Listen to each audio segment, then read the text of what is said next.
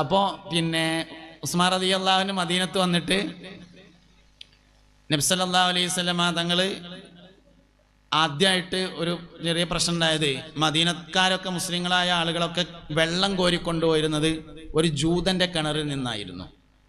അപ്പൊ ഇസ്ലാമിന്റെ പ്രബോധനം എങ്ങനെ ശക്തിപ്പെട്ടപ്പോൾ ജൂതൻ കിണറ്റിൽ നിന്ന് ആരും വെള്ളം കൊണ്ടുപോണ്ടായിരുന്നു. അപ്പൊ നബി തങ്ങൾ സല്ലല്ലാഹു അലൈഹി വസല്ലമ പള്ളിക്കെന്ന് പറഞ്ഞു.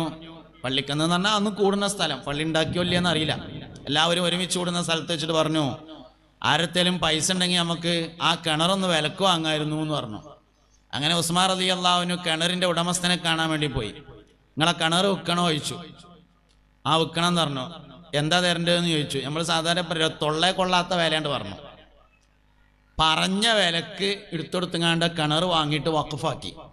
ഇതറിഞ്ഞ ഉമർ റളിയല്ലാഹു ചോദിച്ചു, ആ വിവരം ഒന്ന് പറഞ്ഞിക്കണെങ്കിൽ നമുക്കൊന്ന് ചവിട്ടി പിടിച്ചിട്ടായിരുന്നില്ലേ എന്ന് ചോദിച്ചു. ഉമർ റളിയല്ലാഹു സ്ഥലക്കച്ചവടക്കാരനായിരുന്നു.